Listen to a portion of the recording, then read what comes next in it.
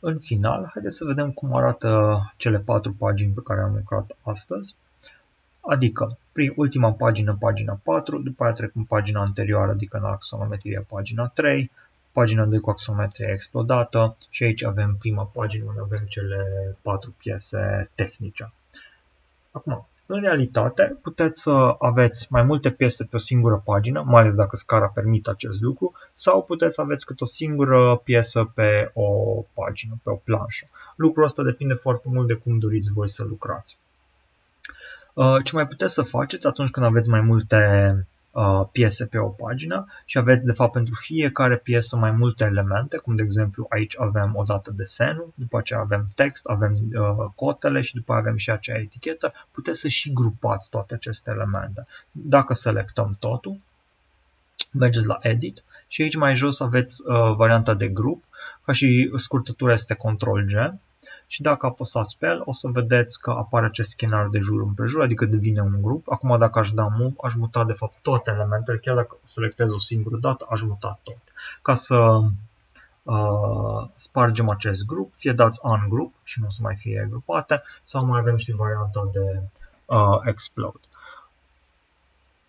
Mai departe ce o să facem, haideți să vedem și cum arată aceste imagini, de fapt cum o să le vizualizăm după ce le exportăm, după ce le printăm. Și pentru acest lucru puteți să mergeți aici la Start Presentation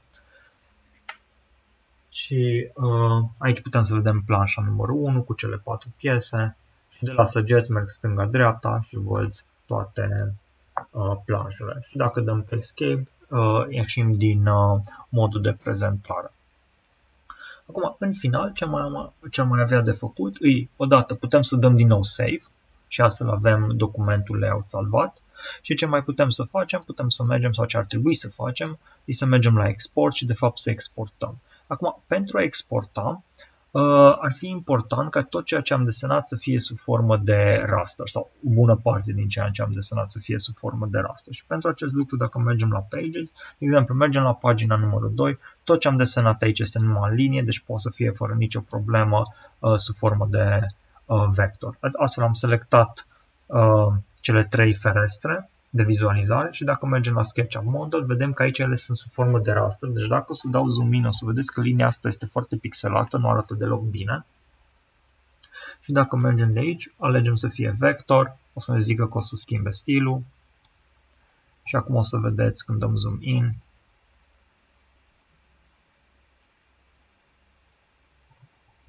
că linia acum este perfectă.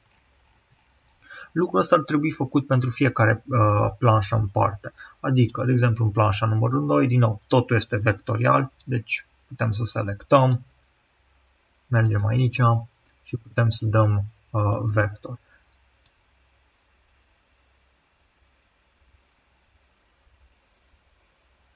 O să ia puțin să gândească, pentru că, cum am zis și inițial, când este vector o să meargă puțin mai greu. Acum, singura problemă, dacă ne uităm la această imagine, o să vedem că acum se văd copaci. Lucrul ăsta se vede pentru că nu mai pune textură.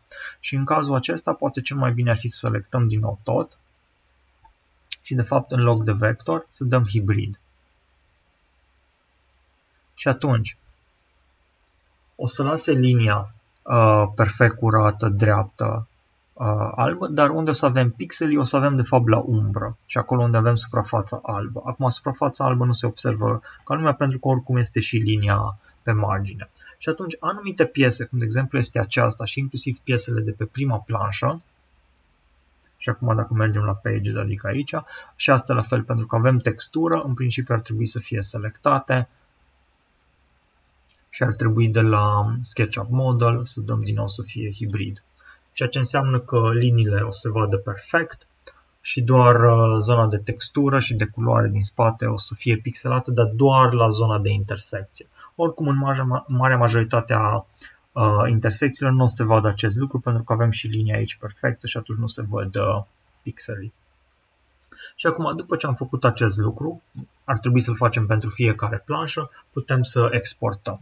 Și ca să exportați, ar trebui să mergeți la File, și aici la export aveți mai multe opțiuni. Opțiunea de la Images, aveți varianta de a salva JPEG sau PNG. În general vă sugerez să mergeți pe varianta de PNG, pentru că aici o să puteți să aveți și transparență, ceea ce o să vă ajute foarte mult în Photoshop sau Illustrator. Și dacă alegem până G, o să dăm Save și o să apară o fereastră de dialog, unde ne întreabă câte pagini dorim să salvăm, dacă le dorim pe toate sau nu. O să zic că da, toate, dar aici puteți de la From, puteți să salvați, de exemplu, sau să exportați pagina 2 și numai pagina 3, de exemplu, sau de la pagina 1 până la 3, sau cum doriți voi. După aceea aici jos avem rezoluția, acum este selectat 300 pixel per inch, standard de obicei este mai puțin, este 72. Deci aici puteți să selectați și să introduceți voi mai mult sau mai puțin, de exemplu acum o să introduc 100 și o să vedeți că inclusiv pixelii se modifică, adică înălțimea, numărul de pixel pe înălțime și pe lățime. În mod normal, cel mai bine ar fi să lăsați la 300. Asta este calitate bună pentru print. Dacă mergeți peste 300, nu prea o să se vadă diferența. Dacă mergeți sub 300, în schimb, o să se vadă. Și la rezoluția de 72 este mult prea mică și o să arate foarte, foarte urât. După care, pur și simplu, apăsați pe Export. O să zică că deja există acest document, o să zic că vreau să replace it, adică să fie înlocuit. Și acum o să gândească și o să exporteze, de fapt, toate planșele. Și acum mi-a și deschis, de fapt, prima planșă. O să închid această imagine și o să merg, de fapt, în fișier, unde știu că au fost salvate. La mine era direct pe desktop. Și acum aici putem să vedem fiecare din cele 4 planșe și vedeți că de fapt grid-ul, adică rețeaua aceea ajutătoare din spate, n-a fost printată pentru că am selectat lucrul ăsta la început. Vedem planșa numărul 2 și planșa numărul 3. Acum o să deschid una din aceste planșe, o să deschid în Photoshop.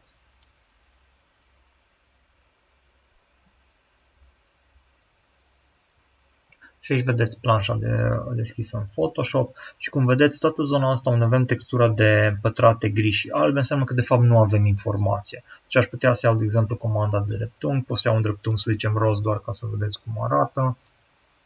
Introduc în spate. Bine, acum inițial o să fie în față, dar pot să trag layer-ul în spate și atunci de fapt putem să vedem că în spate nu aveam niciun fel de informație. Evident, roz este foarte puternic. Am introdus doar roz doar ca să vedeți că este efectiv fundal. Dacă dăm zoom in, putem să vedem linia, care este foarte subțire, elegantă. Chiar și aici în zona asta de pixel. Da, linia asta este pixelată, dar trebuie să dăm foarte mult zoom in. Mai departe, ce am putea să facem în Photoshop, evident, am putea să luăm diferite poze sau texturi și să le aplicăm la diferitele suprafețe sau putem să controlăm diversele linii, să le selectăm, să schimbăm culoarea și așa mai departe. O să merg înapoi în layout și acum haideți să exportăm și sub formă de PDF. Dacă am fi ales JPEG, am fi avut exact aceleași opțiuni ca și la PNG. De asta o să merg aici la PDF.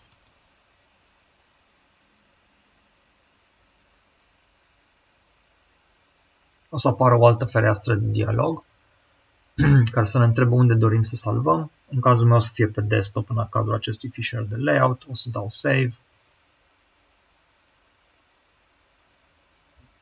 O să gândească puțin, o să apară o fereastră de dialog care ne zice unde va fi salvat. Putem să schimbăm din nou dacă dorim, salvăm într-un alt fișier. După aia, dacă printăm toate sau exportăm toate planșele sau dacă dorim doar, nu știu, de la 1 la 2 sau doar o anumită planșă. După aia ne întreabă de calitate. Aici, evident, și mai bine să aveți varianta de High și Better Quality. După aceea, dacă dorim să se deschidă PDF Viewer. În principiu o să las direct așa, o să las All. O să dau export și acum o să gândească și o să exporteze, de fapt, toate cele 4 planșe în cadrul unui PDF. După ce a terminat, dacă merg din nou în cadrul programului, acum mi se deschide și PDF unde avem toate planșele. Planșa numărul 1, 2 și 3. Și din nou pot să fac același lucru. Pot să selectez documentul PDF, să dăm click dreapta și să-l deschidem în Photoshop și în principiu o să arate aproximativ identic cu cel care l-ați văzut la PNG. Și în principiu așa lucrăm în layout și așa exportăm de fapt documente din cadrul acestui program.